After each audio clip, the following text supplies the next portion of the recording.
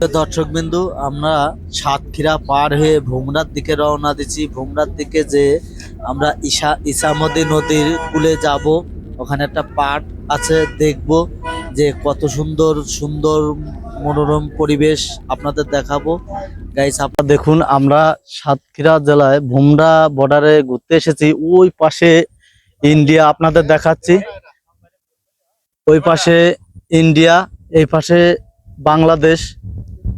আপনাদের ইন্ডিয়া বাংলাদেশের চর দেখাচ্ছে। এখানে প্রচুর পরিমাণ পর্যটন ঘুরছে।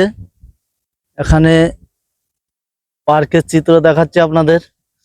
আপনারা দেখুন, আপনাদের আরো ভিতরে ঘুরে ঘুরে দেখাবো যে কতটা সুন্দর জায়গা, সুন্দর পরিবেশ এখানে। আপনারা দেখুন, ওই ইন্ডিয়ার এখানে বিভিন্ন ধরনের গাছ আছে, নতুন নতুন গাছ আমি দেখাচ্ছি আপনাদের। হয়তো নাম বলতে পারবো না, কিন্তু এখানে নতুন নতুন গাছ। এই যে এখানে আরিফ ভাই দাঁড়িয়ে আছে, আজিজুল ভাই দাঁড়িয়ে আছে।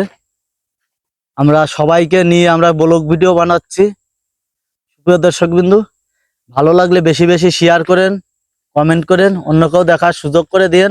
আর নতুন নতুন ভিডিওটা দেখার জন্য আমার পাশে থাকুন। সবাই মিলে আমরা এক পাই দুই পাই ঘুরে ঘুরে দেখতেছি, আপনাদের বিভিন্ন প্রজাতির গাছপালা দেখাচ্ছি। এখানে নতুন নতুন, আজকে নতুন নতুন গাছ দেখলাম পার্কে এসে। আরো বিভিন্ন প্রজাতির জিনিস আপনাদের দেখাবো, এখানে নতুন নতুন জিনিস।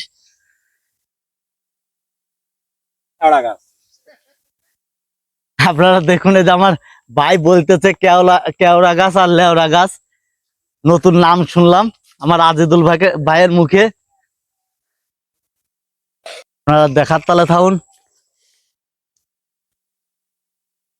দেশ ও দেশের বাইরে থেকে যে যেখান থেকে ভিডিও গুলো দেখছেন, পরিবেশ প্রকৃতি সুন্দর।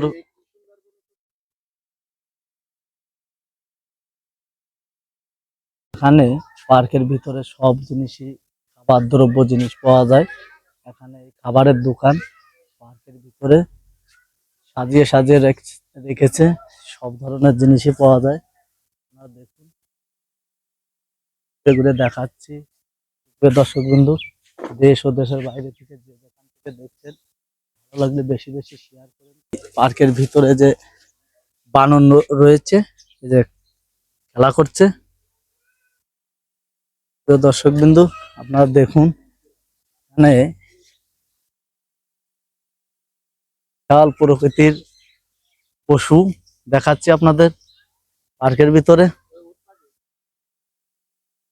যে উট পাখির কথা না বললেই নয়।